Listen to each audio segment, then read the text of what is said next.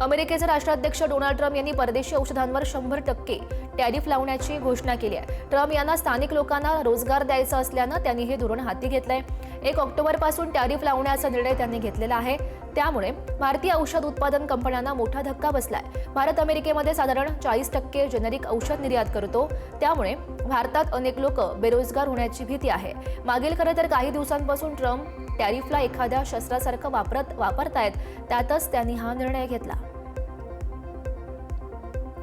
संयुक्त राष्ट्राच्या दौऱ्यादरम्यान माझ्या विरोधात घातपाताचा कट केल्याचा आरोप डोनाल्ड ट्रम्प यांनी केलाय। सिक्रेट सर्व्हिस या प्रकरणाची चौकशी करणार आहे। ट्रम्प संयुक्त राष्ट्र महासभेत सहभागी झाले होते, जिथे त्यांनी आपल्या भाषणात संस्थेच्या संभाव्य क्षमतेचा अपव्यय केल्याबद्दल कठोर टीका केली। त्यानंतर ट्रम्प यांनी त्यांचे सहकारी ज्या एक्सेलेटरवर होते ते थांबले।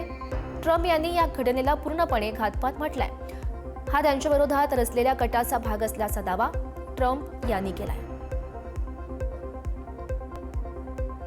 डोनाल्ड ट्रम्प यांच्या पक्षाचे सिनेटर चक ग्रासली यांनी अमेझॉन, ॲपल, JP मॉर्गनसह 10 मोठ्या अमेरिकन टेक कंपन्यांना पत्र लिहिलंय। तुम्ही H-1B व्हिसाधारक परदेशी कर्मचाऱ्यांना का नोकऱ्या देत आहेत असा प्रश्न त्यांनी कंपन्यांना विचारला।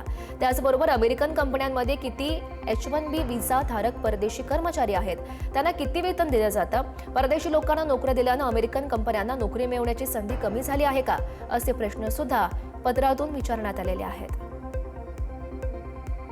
मेक्सिकोचे परराष्ट्र मंत्री जुआन रामोन दे ला फुएंते यांनी गाझा आणि युक्रेनमधील युद्ध त्वरित थांबवण्याची मागणी केली आहे। संयुक्त राष्ट्र महासभेला ते संबोधित करत होते। या दरम्यान संयुक्त राष्ट्रांच्या पुढील सरचिटणीस याच भागातील एक महिला असावी अशी आशा त्यांनी व्यक्त केली। त्यांच्या या वक्तव्याला मेक्सिकोच्या शिष्टमंडळानं जोरदार टाळ्या वाजवून प्रतिसाद सुद्धा दिलाय। तसंच रामोन दे ला फुएंते यांनी स्थलांतरितांचे गुन्हेगारीकरण करण्याच्या धोरणांवर सुद्धा टीका केली आहे। त्यांनी डोनाल्ड ट्रम्प यांच्या कठोर धोरणांचा स्पष्ट उल्लेखही केला। फ्रान्सचे माजी राष्ट्राध्यक्ष निकोलस सार्कोझी यांना पॅरिसच्या न्यायालयानं गुन्हेगारी कट रचल्याच्या आरोपाखाली 5 वर्षांच्या तुरुंगवासाची शिक्षा सुनावली आहे। त्यांना 9.2 दशलक्ष इतका दंड आणि 5 वर्षांसाठी कोणतेही सरकारी पद भूषवण्यास मनाई करण्यात आली आहे। तर 2007च्या राष्ट्रपती निवडणुकीमध्ये विजय मिळवण्यासाठी तत्कालीन लिबियाचे हुकुमशहा मुअम्मर गद्दाफी यांनी बेकायदेशीर निधी दिल्याबद्दल हा खटला संबंधित आहे। डेन्मार्कचे पंतप्रधान मेटे फ्रेडरिक्सन यांनी ग्रीनलँडमधील महिलांची 60 वर्षांपूर्वी जबरदस्तीनं केलेल्या नसबंदीबद्दल माफी मागितली आहे। ग्रीनलँडमध्ये लोकसंख्या नियंत्रणाच्या दृष्टीनं नसबंदीला आता वांशिक भेदभावाचे प्रतीक म्हणून पाहिलं जातं। ग्रीनलँड हा डेन्मार्कचा एक स्वायत्त प्रदेश आहे, ज्याचं स्वतःचं पंतप्रधान आहेत। 1960 आणि 1970च्या दशकात डॅनिश डॉक्टरांनी सुमारे 4500 ग्रीनलँडिक महिला आणि मुलींमध्ये जबरदस्तीनं इंट्रायुट्रीन डिव्हाइसेस प्रत्यारोपित केलं। याला स्पायरल केस म्हणून ओळखलं जातं। दक्षिण पेरूच्या अँडीजमधील दुर्गम रस्त्यावर मिनी बस आणि 2 ट्रक यांच्यात तिहेरी अपघात घडलाय। या अपघातात 14 जणांचा मृत्यू झालाय। हा अपघात बुधवारी पुनो मोकेग्वा या महामार्गावर घडला। ब्रँडच्या सदस्यांना घेऊन जाणारी मिनी बस होती, ती रस्त्यावर थांबलेल्या ट्रकला धडकली आणि नंतर दुसऱ्या दिवशी टक्कर होऊन 2 ट्रकमध्ये अडकली। त्यामुळे हा अपघात घडलाय। पेरूच्या रस्त्यांवर वारंवार अपघात होतात। 2024 मध्ये 3173 जणांचा रस्ते अपघातात मृत्यूही झाला होता। कोलंबियातील जॉर्ज एलिसर गैतान यांची 88 वर्षीय मुलगी ग्लोरिया गैतान यांनी एका आठवड्यानंतर उपोषण सोडलंय। देशातील सर्वात मोठी अंमली पदार्थ टोळी क्लॅन डेल गोल्फोला तिच्या वडिलांच्या नावानं वैधता देऊ नये अशी त्यांची मागणी होती। अंमली पदार्थ टोळीशी शांतता चर्चेला सुरुवात झाल्याच्या दिवशीच ग्लोरिया यांनी उपोषण सुरू केलं होतं। क्लॅन डेल गोल्फो त्यांच्या वडिलांच्या नावाचा वापर करून केवळ गुन्हेगारी संघटना न राहता राजकीय शक्ती मिळवण्याचा प्रयत्न करताय, असा आरोपही ग्लोरिया गैतान यांनी केलाय। जगभरात प्रसिद्ध असलेली कॉफी कंपनी स्टारबक्सकडून मोठी घोषणा केली गेली आहे। आपल्या बिझनेसमध्ये सुधारणा करण्यासाठी स्टारबक्स मोठ्या रिस्ट्रक्चरिंगवर काम करणार आहे आणि या रिस्ट्रक्चरिंग प्लॅन अंतर्गत कंपनी शेकडो स्टोअर्स बंद करणार असून कर्मचाऱ्यांची सुद्धा कपातही केली जाणार आहे। या प्रक्रियेत सुमारे $1 अब्ज खर्च येणार असल्याचं कंपनीनं स्पष्ट केलाय। हा निर्णय CEO ब्रायन निकोल यांच्या नेतृत्वाखाली विक्रीत वाढ आणि नफा वाढवण्यासाठी घेतला गेलेला आहे। निकॅप आणि आयरिश फाशीतील हिपहॉप ग्रुपच्या सदस्यावरील दहशतवादी आरोप लंडन कोर्टानं आता फेटाळून लावलेत. रॅपर मो चारू, ज्याचं खरं नाव लियाम ओग ओ हन्नेद असून गेल्या वर्षी लंडनमध्ये एका कॉन्सर्टदरम्यान लेबनीज दहशतवादी गट हिजबुल्लाचा झेंडा फडकवल्याबद्दल गुन्हा दाखल करण्यात आला होता. ब्रिटनमध्ये हा गट प्रतिबंधित आहे.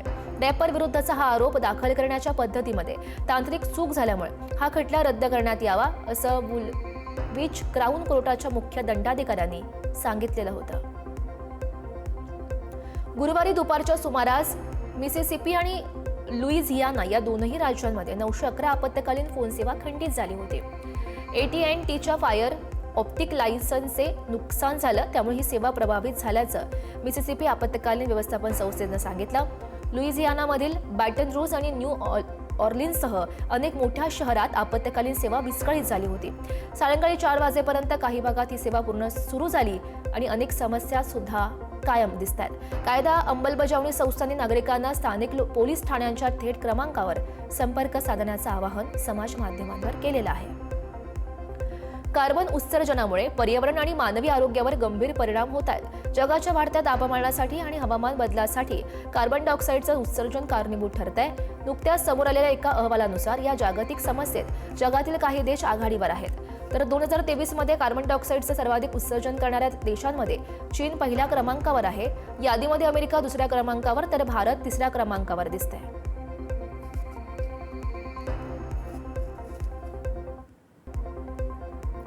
लडाखमधील हिंसाचारानंतर पर्यावरणवादी कार्यकर्ते सोनम वांगचुक सीबीआयच्या रडारवर आहेत. गृह मंत्रालयाच्या तक्रारीनंतर सुरू केलेली चौकशी अजूनही सुरूच आहे. दरम्यान सोनम वांगचुक यांना आता लेह पोलिसांनी अटक केली आहे. लडाखच्या लेह शहरात 24 सप्टेंबरला सुरक्षा दल आणि आंदोलकांदरम्यान जो संघर्ष झालेला होता त्यात 4 जणांचा बळी गेला, तर 59 जण जखमी सुद्धा झालेत. यात 22 पोलिसांचा समावेश आहे आणि या हिंसाचाराला सरकारनं सोनम वांगचुक यांना जबाबदार धरलाय. सोनम वांगचुक उपोषणाला बसलेले होते. दरम्यान 2 उपोषणकर्त्यांची प्रकृती बिघडल्यानं त्यांना रुग्णालयामध्ये दाखल करण्यात आलं.